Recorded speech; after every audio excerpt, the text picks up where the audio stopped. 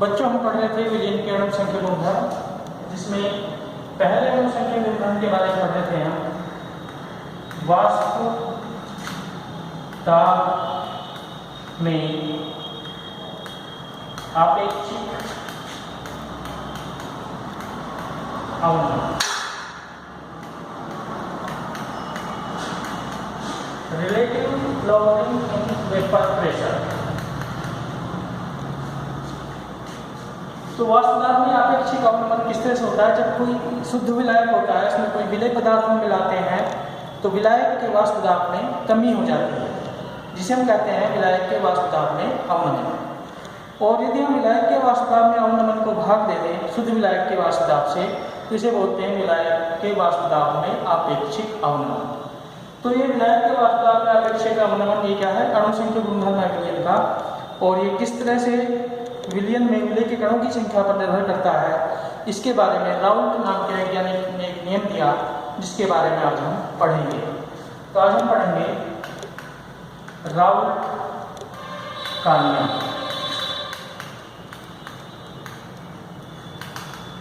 इस नियम के अनुसार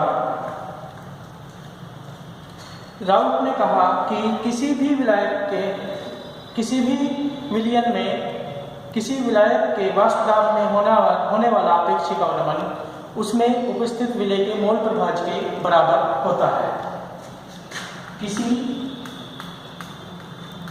विलयन में विलायक के वास्तुदाब में होने वाला आपेक्षिक अवनमन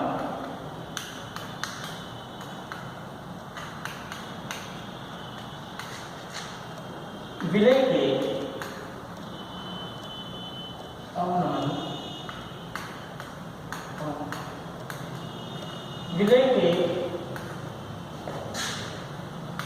मोल प्रभाज के बराबर होता है।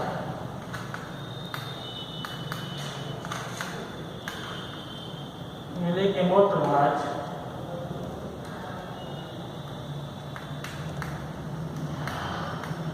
इसे नोट करने के साथ साथ मोल प्रभाज के बराबर होता है।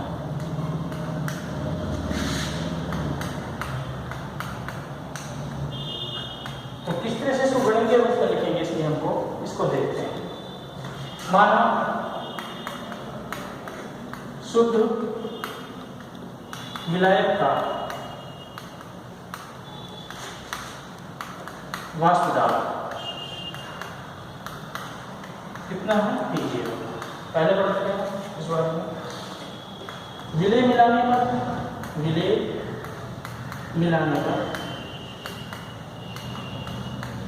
जो विलयन मिलेगा उसका विलयन का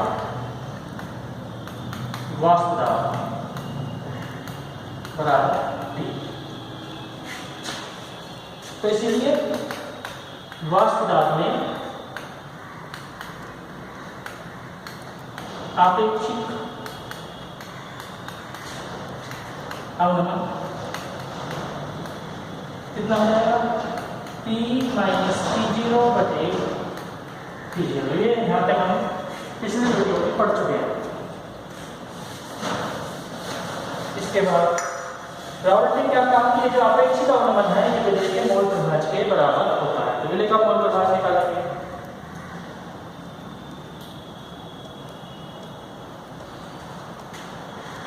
माना विलयन में विलय के मोलों की संख्या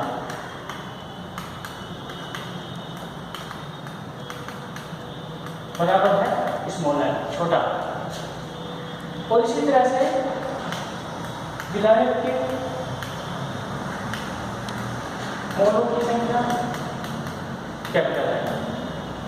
तो इसीलिए विलय का मोल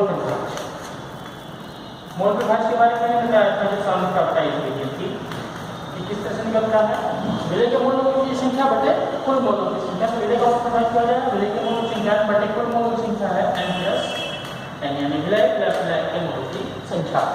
तो राउल्ट के नियम से क्या हो जाएगा, राउल्ट के नियम से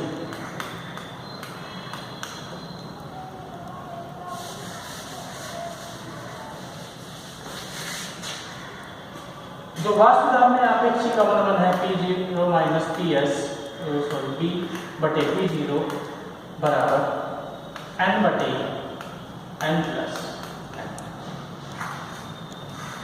यह अपेक्षित अवनमन विलय के मोल प्रभाव के बराबर होता है।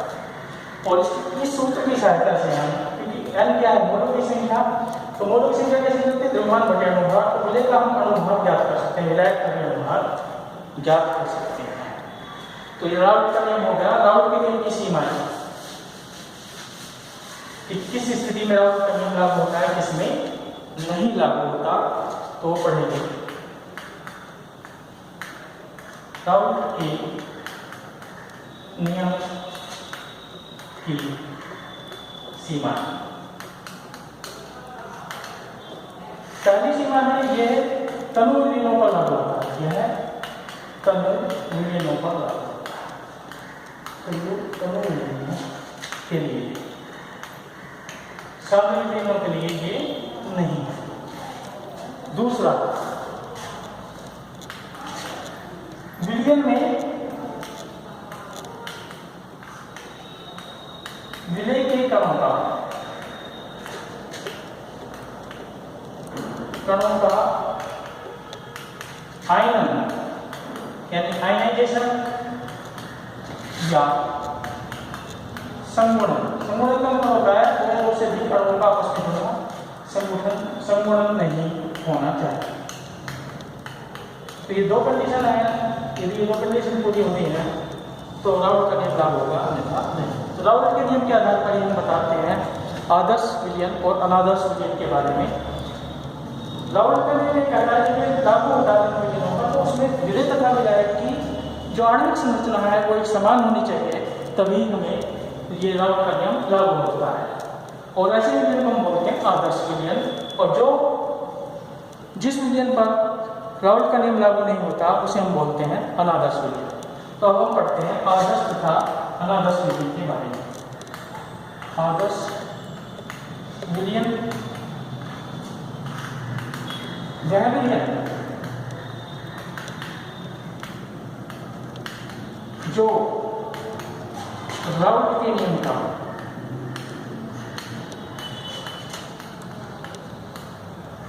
पालन करता है,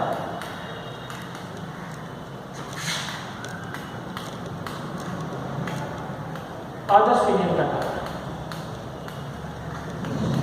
और आदर्श विलयन का मतलब है यहाँ पे कब पालन करेगा, आदर्श विलयन क्या लगता है, कब पालन करेगा वो, जब विलय तथा विलायक की आणविक संरचना एक समान होगी तो वो आदर्श विलयन की तरह से व्यवहार करेगा, वो तनुरी होगा। और आदर्श विलयन के लिए कंडीशन है कि आदर्श विलयन के लिए जो V है, डेल्टा V, ये 0 होना चाहिए, और डेल्टा H जो है वो भी 0 होना चाहिए। इसका मतलब क्या है, जब हम दोनों विलयनों को मिलाएंगे, विलय तथा विलायक को जब हम मिलाएंगे तो आयतन में कोई परिवर्तन नहीं होना चाहिए। जो पहले विलय का आयतन था या जो पहले विलायक का आयतन था, दोनों को मिलाने के बाद जो विलयन बनेगा उसका आयतन भी दोनों के योग के बराबर होगा, उससे इधर या उधर यानी कम या ज़्यादा आयतन नहीं हो सकता है। डेल्टा V का मान 0 होगा तो विलयन आदर्श हमें प्राप्त होगा, और डेल्टा H का मान भी 0 होगा, यानी विलय तथा विलायक को आपस में मिलाने के पश्चात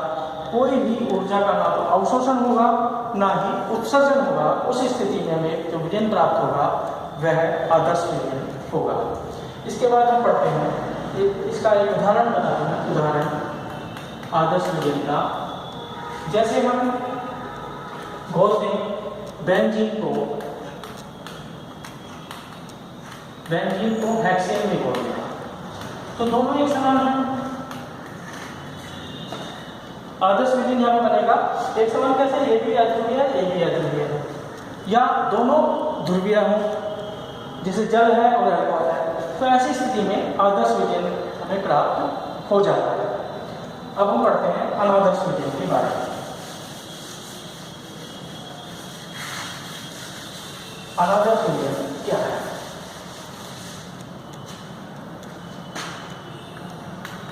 अनादर्श विलयन, अनादर्श विलयन को इंग्लिश में बोलते हैं नॉन आइडियल सॉल्यूशन।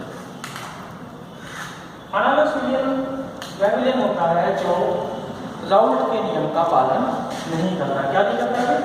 यह राउल्ट के नियम का पालन नहीं करता।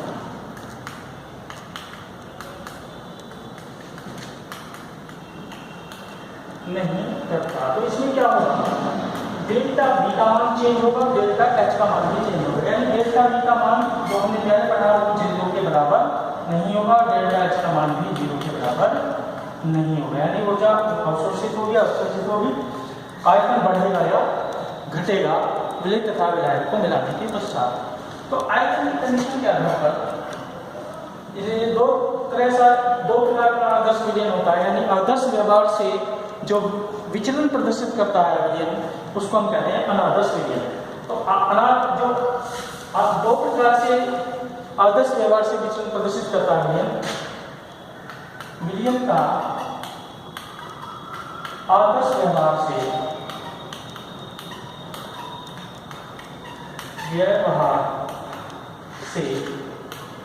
विचलन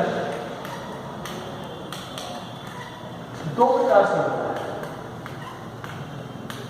प्रकार से होता है। या तो होगा धनात्मक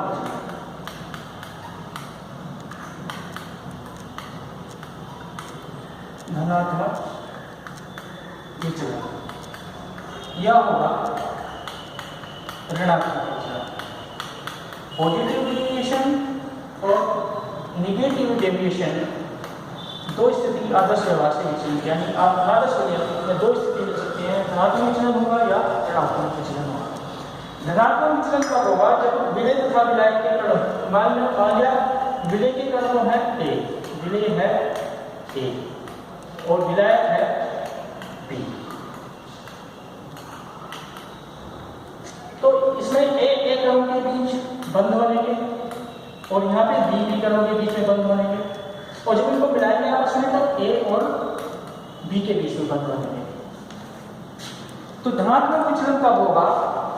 जब A और A के बीच का जो बंध है या B और B के बीच का जो बंध है वो ज्यादा मजबूत है A और B के बीच के बंध से। उस स्थिति में हमें धनात्मक विचलन वाला अनादर्श विलयन प्राप्त होगा। इसका उदाहरण है जैसे ये है alcohol, ethyl alcohol,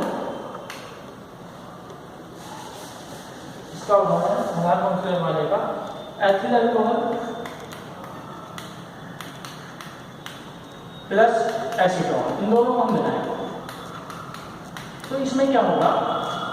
ethyl alcohol का फॉर्मूला होता है CH3CH2OH और इसका फॉर्मूला होता है CH3CO। तो यहाँ पे OH है, ऑक्सीजन हाइड्रोजन से जुड़ी हुई है, तो यहाँ पे हाइड्रोजन बंध एथिल एल्कोहल के अणुओं के बीच में मिलते हैं। तो यहाँ पे एथिल एल्कोहल के अणुओं के बीच में यानी AA अणु के बीच में स्ट्रॉन्ग बॉन्ड है। इसी तरह से यहाँ पे क्या है? यहाँ पे बॉन्ड नहीं मिलता, क्या हाइड्रोजन बॉन्ड नहीं मिलता, क्योंकि हम हाइड्रोजन परमाणु जुड़ा नहीं है ऑक्सीजन से। तो यहाँ पे एसीटोन और एसीटोन अणु के बीच में स्ट्रॉन्ग बॉन्ड है। जब इन दोनों को आपस में मिलाएंगे तो इनके बीच में जो बॉन्ड बनेगा वो दुर्बल होगा।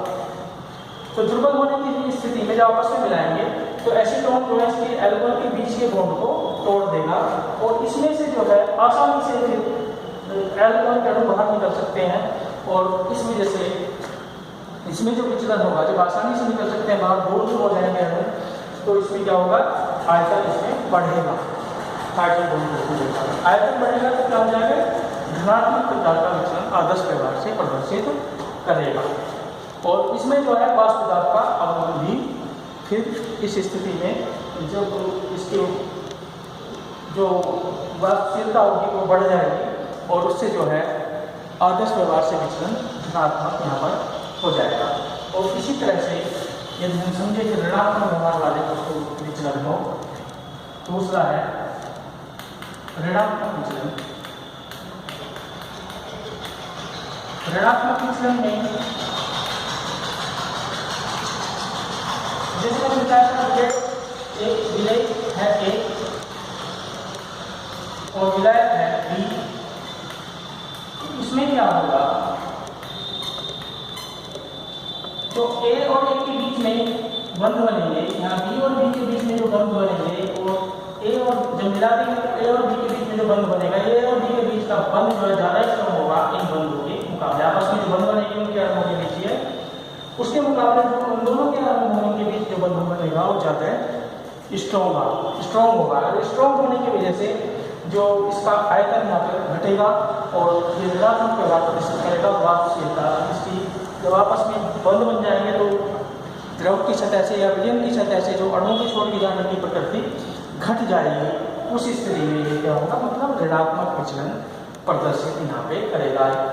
यानी वाष्प पदार्थ में जो है जितनी वृद्धि होनी चाहिए थी उसके मतलब कमी होनी चाहिए उतनी कमी नहीं होगी, तो उतनी कमी ना हो जितनी कमी होनी चाहिए थी तो उसको कहते हैं ऋणात्मक विचलन। और धनात्मक विचलन में क्या है, जितनी वृद्धि होनी चाहिए थी उससे ज़्यादा वृद्धि, जितनी कमी होनी चाहिए थी तो उसमें वाष्प पदार्थ में उससे ज़्यादा कमी हो जाए तो उसको हम कहते हैं धनात्मक विचलन। तो उस स्थिति में ज़्यादा जाते हैं बाहर, इस स्थिति में कम अणु बाहर जाते हैं, यानी यहाँ पे वाष्प पदार्थ कम लगता है, यहाँ पे वाष्प पदार्थ ज़्यादा लगता है। तो इस प्रकार से इसका उदाहरण है जैसे क्लोरोफॉर्म ऋणात्मक विचलन वाले का उदाहरण है क्लोरोफॉर्म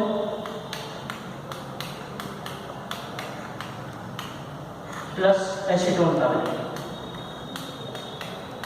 तो इसमें क्या होगा, क्लोरोफॉर्म में ये है CH Cl3 और एसीटोन का फॉर्मूला होता है CH3CO, ये एसीटोन का फॉर्मूला होता है। पर ये जो हाइड्रोजन है कार्बन से जुड़ी हुई यहाँ पे, ये हाइड्रोजन इस ऑक्सीजन के साथ हाइड्रोजन बॉन्ड बना लेते हैं। इस हाइड्रोजन बॉन्ड के कारण इन अणुओं के बीच में आपस में जो बंध बनेंगे या इन अणुओं के बीच में जो आपस में बंध बनेंगे उनके मुकाबले क्लोरोफॉर्म और एसीटोन के अणु के बीच का जो बंध होगा वो स्ट्रॉन्ग होगा और विलयन में से जो कण है विलय या विलायक के, उनके जाने की प्रवृत्ति बाहर घट जाएगी, तो वाष्प दाब कम पड़ेगा। इस तरह से फिर ये ऋणात्मक विचलन यहाँ पे प्रदर्शित करेगा।